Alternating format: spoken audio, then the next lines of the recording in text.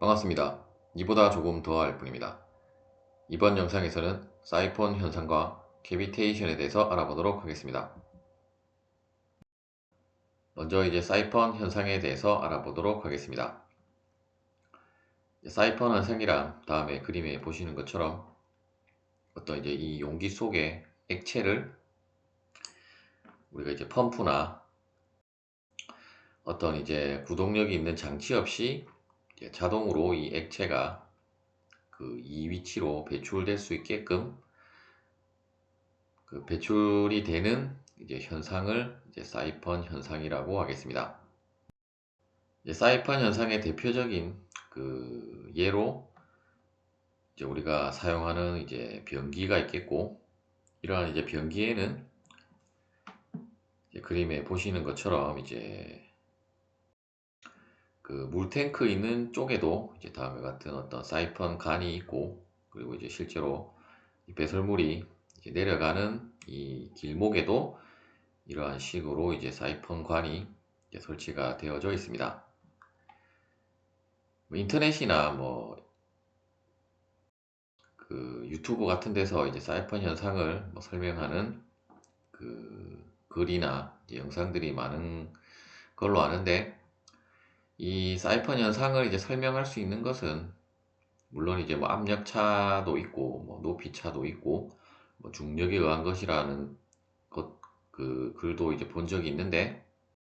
사이폰 현상을 설명할 수 있는 가장 적합한 이론은 베르누이 정리라고 보시면 되겠습니다. 즉 1 위치에서의 어떤 토탈 헤드나 A 위치에서의 토탈 헤드, 그리고 2 위치에 있어서의 토탈 헤드는 같기 때문에, 따라서 그러한 토탈 헤드가 모두 각 위치별로 같다라는 것에서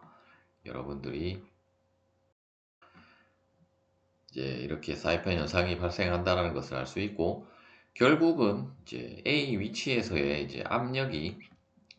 우리가 대기압보다 더 작아지기 때문에 물이 이렇게 빨려 들어가서 결국 이러한 식으로 배출이 되는 거라고 보시면 되겠습니다. 즉 다시 말하면 우리가 자연계에 있어서 모든 유동이라고 하는 것은 압력 차에 의해서 혹은 밀도 차에 의해서 발생을 하게 되는데, 결국은 압력은 큰 곳에서 작은 곳으로 흐르게 되므로, 우리가 중력만 놓고 따진다라고 하면 물이 이렇게 저절로 빨려 올라가는 것이 이해가 안 되지만, 압력 차가 발생을 하기 때문에 물은 저절로 이쪽으로 빨려 들어가게 되고, 물론 빨려 들어간 물이 다시 이 아래쪽으로 배출되는 것은 어떤 높이 차에 의한 높이 차에 의해서 배출이 되는 거라고 보시면 되겠고, 그러한 원리는 베르누이 방정식을 통해서 여러분들이 설명을 할 수 있다라고 보시면 되겠고, 조금 더 자세한 내용은 우리가 예제를 풀어보면서 설명을 드리도록 하겠습니다. 캐비테이션에 대해서 알아보도록 하겠습니다. 캐비테이션 현상이라고 하는 것은 다음에 어떤 우리가 프로펠러를 회전을 시킬 때, 이러한 프로펠러 주위에 다음에 사진에 보시는 것처럼 어떤 스파이럴 형상의 버블이 형성이 되게 되는데, 즉 버블이 형성이 되었다라고 하는 것은 어떤 증기압에 도달을 해서 결국은 액체가 끓는 점에 도달을 했다라는 의미가 되게 되고, 결국 이러한 버블이 그냥 터지지 않고 쭉 가면 되는데, 이 버블이 터지게 되면 어떤 충격파에 의해서 이러한 프로펠러에 손상을 줄 수 있기 때문에, 캐비테이션 현상은 피해야 되는 현상이라고 보시면 되겠습니다. 즉 각 어떤 액체의 온도별로, 다음에 그래프는 물에 대한 그래프인데, 물 같은 경우도 우리가 비등점이 어떤 대기압 상태라고 하면 100도씨에서 물은 끓게 되는데, 그때 어떤 증기압에 대한 그래프를 나타낸 거라고 보시면 되겠고, 즉 우리가 캐비테이션에 있어서는 어떤 액체의 이제 증기압이 이제 중요한 그 기준이라고 보시면 되고, 이제 각각의 온도별로 이제 증기압에 도달을 하게 되면 결국 이제 버블이 생기기 때문에, 이제 버블이 생기면 이러한 유체 기계에 이제 손상을 줄 수 있기 때문에 우리가 이제 캐비테이션을 이제 피해야 된다라고 보시면 되겠고, 또 이제 우리가 캐비테이션이 이제 발생하는지 안 하는지를 이제 우리 판단할 수 있는 이제 무차원 수가 이제 다음에 이제 CA라고 하는 이제 캐비테이션 수라고 보시면 되겠고, 이제 캐비테이션 넘버라고 보시면 되겠고, 뭐 어떤 데는 이제 시그마로 이제 표시를 하는 데도 있는데, 일단 CA로 표현이 된 거면 이제 캐비테이션 넘버를 나타내는 이제 무차원 수라고 보시면 되겠고, 이 캐비테이션 수의 이제 정의는 이제 PA-PV 나누기 2분의 로 V 제곱으로 정의가 된다고 보시면 되겠고, 일단 PV는 이제 그 각각의 액체별로 이제 증기압이라고 보시면 되고, 이제 PA는 이제 ambient pressure라고 해서 이제 어떤 주위의 그 압력이라고 보시면 되겠습니다. V는 이제 characteristic flow velocity라고 해서, 이 V는 이제 유속인데 어떤 이제 프로펠러에 따른 이제 만일에 이제 우리가 그 유속을 프로펠러라고 하면 이제 프로펠러에 들어가는 유속 공식이 따로 있고, 어떤 우리가 수축관 같은 경우에도 이제 캐비테이션이 발생을 하는데, 이제 그러한 경우에도 이제 속도가 다 다르기 때문에, 즉 이제 V에 들어가는 속도가 다 다르기 때문에 이제 캐릭터리스틱이라는 용어가 붙은 거라고 보시면 되고, 주로 이제 여러분들은 우리가 이제 펌프를 공부를 할 때 이제 또 캐비테이션에 대한 것을 이제 많이 다루게 된다라고 보시면 되겠습니다. 로우는 이제 뭐 유체 밀도라고 보시면 되겠고, 이제 우리가 캐비테이션 수를 통해서 이제 그 판별하는 기준은 이제 CA가 1보다 이제 상당히 작은 값으로 나온다라고 하면 이제 캐비테이션이 그 발생을 한다라고 보시면 되고, 이제 CA가 1보다 큰 값이라고 하면 캐비테이션이 발생을 하지 않기 때문에, 이제 여러분들이 뭐 설계를 할 때는 주로 이제 우리가 유속을 제어를 할 수 있고 뭐 증기압을 알 수 있기 때문에, 이제 어떤 물의 온도에 대한 증기압을 알 수 있기 때문에 주로 이제 설계 변수는 이제 유속이라고 보시면 되고, 이 유속을 이제 이러한 그 기준값을 이제 넘어가지 않게끔 이제 설계를 하시면 되겠습니다. 최근에는 이제 CFD로도 우리가 캐비테이션 해석이 가능하기 때문에, 여러분들이 이제 뭐 실제로 프로펠러라든지 뭐 임펠러 같은 것들을 이제 설계를 한다라고 하면 CFD를 활용을 해서 이제 설계를 하시면 되겠습니다. 예제를 풀어보도록 하겠습니다. 다음에 그 장치는 이제 사이펀 장치로, 이 사이펀 장치에 있어서 그 이제 유체가 이동을 하면서 이제 압력 변화가 이제 급격하게 그 발생이 되면 이제 캐비테이션이 발생을 하기 때문에, 이제 캐비테이션이 이제 발생하지 않는 최대 높이 H를 이제 구하라는 문제가 되겠습니다.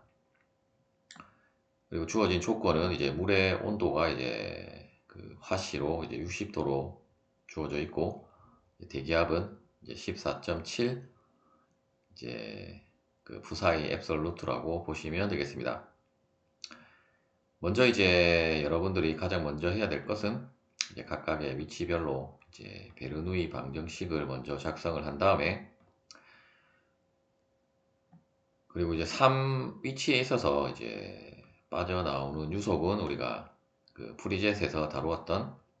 그 토리첼리 방정식에 의해서 일단 우리가 1 위치를 그 기준점이 아니라 이제 이 바닥면을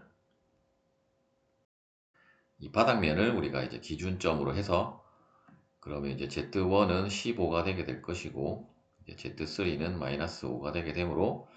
우리가 이제 V는 2GH에서, 이제 H는 엄밀하게는 이제 델타 H가 들어가는 거라고 보시면 되고, 따라서 이제 우리가 영미 단위계에 있어서 이제 중력과 속도는 32.2 피트 퍼 세크 제곱이고, 제곱 세크고, Z1은 15, 그리고 Z3는 마이너스 5였기 때문에 대입을 해서 계산을 하면 35.9 피트 퍼 세크가 되게 되고, 또한 이제 우리가 연속 방정식에 의해서 관의 길이가, 관의 단면적이 이제 일정하다라고 하면 이 위치에 있어서의 유속과 3위치에 있어서의 유속은 동일하기 때문에, 따라서 이제 V2는 V3와 같고, 이제 V3는 이 값으로 계산이 되어진 거라고 보시면 되겠습니다. 그리고 이제 3위치에 있어서의 대기압과 3위치에 있어서의 압력과 1위치에 있어서의 압력은 우리가 게이지 압력으로는 0이고, 일단 이제 우리가 V를 구했고 현재는 H는 모르기 때문에, 일단 우리가 베르누이 방정식에서 이제 P2를 일단 계산을 해보면, 이제 베르누이 방정식에서 계산을 하는 것이 아니라, 우리가 이제 화씨 60도일 때 이제 우리가 증기압을 여러분들이 이제 책 뒤에 부록에 테이블에서 찾아보면, 이제 우리가 60도에 있어서의 이제 60도 F의 증기압은 이제 0.256 푸사이가 되게 되므로, 우리가 이제 게이지 압력으로 현재 대기압이 이제 절대 압력으로 주어졌기 때문에, 우리가 P2를 게이지 압력으로 구하려고 하면 결국 이제 대기압보다 이제 더 작은 값이므로 이제 진공압이라는 것을 알 수 있고, 따라서 이제 진공압은 이제 우리가 증기압인 이제 이 값을 이제 넘어가면 안 되기 때문에, 따라서 증기압은 이제 원래는 대기압 빼기 이제 진공압인데, 이제 진공압에 대해서 이제 식을 정리를 하면 결국 우리가 이제 증기압 빼기 이제 대기압이 되게 되므로, 따라서 우리가 P2는 일단 마이너스 14.4 푸사이로 계산이 되게 되고, 따라서 이제 이 값을 우리가 이제 이 베르누이 방정식에 대입을 하면, 현재 이제 우리가 주어진 길이 차원이 피트로 주어져 있기 때문에, 이제 이 부분은 뒤에 곱해진 값은 이제 피트로 환산하기 위한 이제 환산 계수라고 보시면 되겠고, 그리고 이제 뒷부분에 P1은 대기압으로 이제 소거가 되게 되고, 이제 2분의 1 로 V1 제곱도 우리가 이제 이 저장조 탱크의 어떤 크기가 굉장히 크다라고 하면, 줄어드는 속도는 거의 이제 0에 가깝다라고 하면 소거가 되게 되고, 이제 결국 이제 이 최종식에서 우리가 다 소거를 하면 이제 최종식으로 정리가 되게 되고, 최종식에서 우리가 감마는 이제 로지이기 때문에, 현재 이제 물의 밀도는 영미 단위계로 주어지진 않았지만, 여러분들이 테이블에 찾아서 이제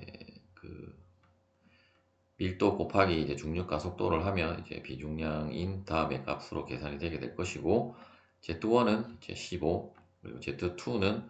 이제 우리가 찾아야 되는 H이고, 나머지는 이제 또 로는 이제 다음의 값으로 이제 주어졌기 때문에, 풀이에서 주어졌기 때문에 이 값으로 여러분들이 계산을 했다라고 보시면 되겠고, 그리고 이제 V2는 우리가 앞서 구한 값을 대입을 해서 H에 대해서 여러분들이 이제 식을 정리를 한 다음에 계산을 해보면, 이제 최대 높이 H는 28.2 피트가 되겠습니다. 물론 이제 우리가 계산한 것은 이제 이론적인 값이고, 실제 우리가 뭐 간 마찰이라든지 손실 계수를 감안하면 다른 값을 가질 수도 있겠습니다. 시청해주셔서 감사합니다.